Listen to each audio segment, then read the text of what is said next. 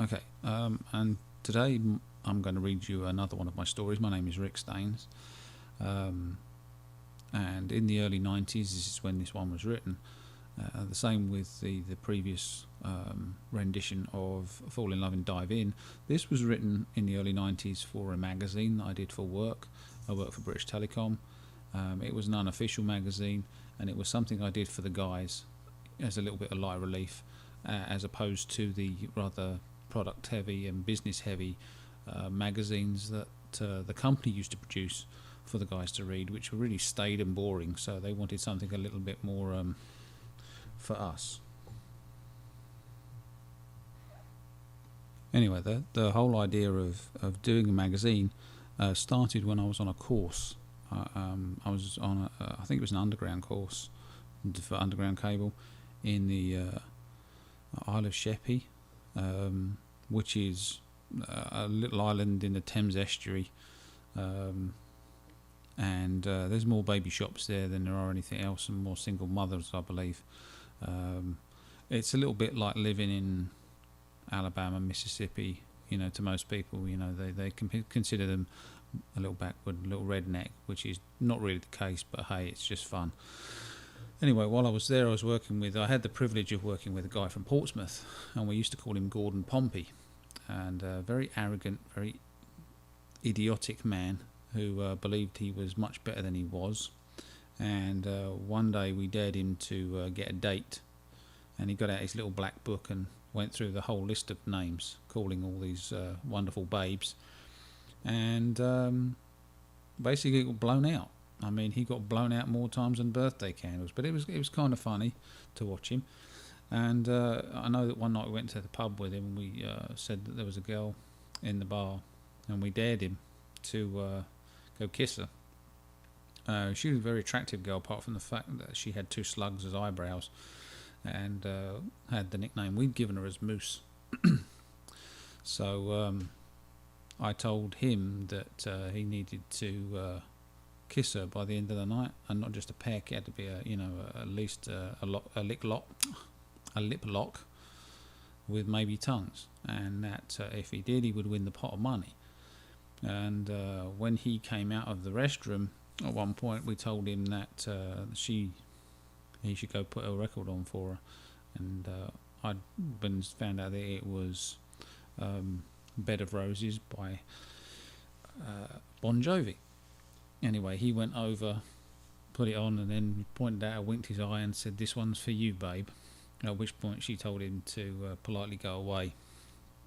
And I'm not going to repeat that on this webcast, although he really did tell her to fuck off. Anyway, back to the point. Well, what I did is one weekend, because it was a 3-week course, I was there, for a while.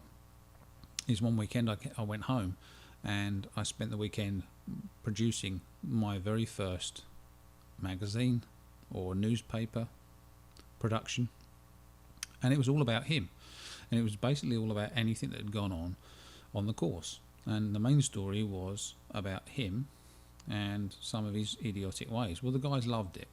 He hated it, but the guys loved it. And as a writer, someone who likes to entertain, the best thing you can want is reaction. Good or bad, you want reaction. Well, I got good from the people that didn't like him, and I got bad because he didn't like it. But hey, it worked, and that sowed the seed. So I ended up, going back and then producing this on a monthly basis for the guys.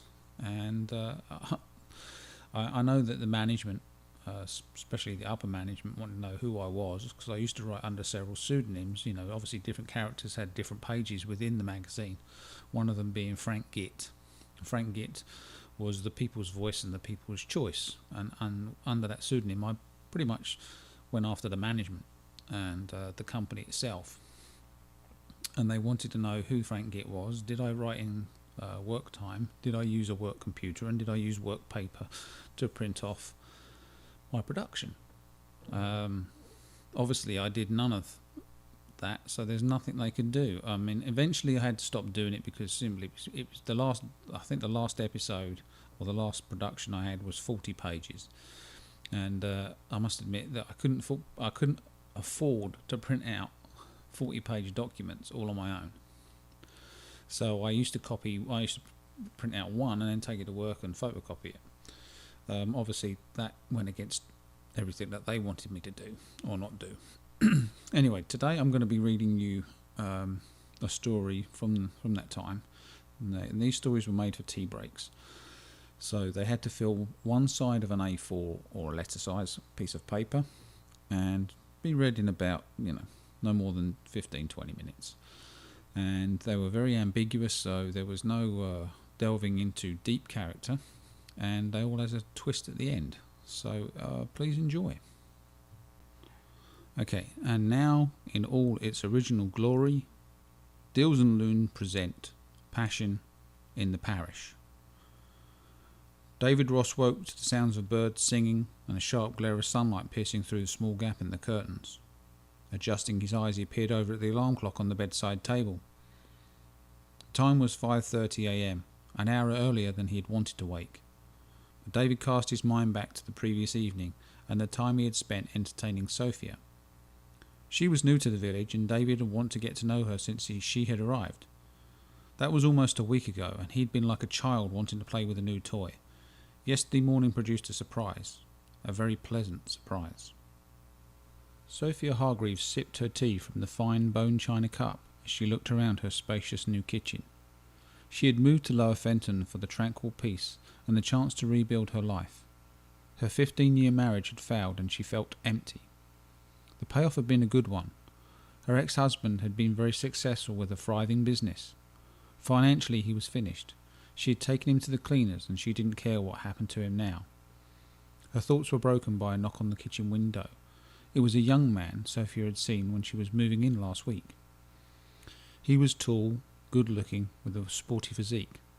She opened the door which led to the back garden and was greeted with a shy hello. Sophie invited her first real visitor in. David introduced himself and welcomed her to the village. Sophia gazed at David, and she knew that she would have to have him by the day's end.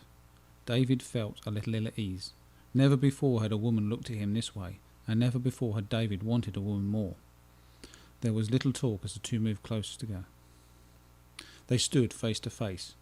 Sophia uttered in a low, sensual voice, "Take me now. Take me here. Do me in the kitchen." David was like an animal. Sophia's clothes were torn from her body. Each action was broken with passionate and longing kisses. David took her to the table, bent her over doggy fashion, and shafted Sophia from behind. David lay her on the table and took her missionary.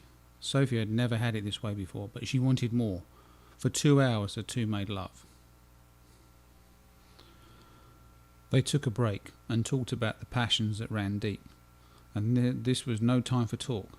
David carried Sophia upstairs and took her to the bathroom. They showered and made love again under the steaming hot jets of water. Without drying off, they went to the bedroom and made love for another 2 hours. They seemed locked in time and locked in lust. Sophia was an older woman, but David enjoyed her experience.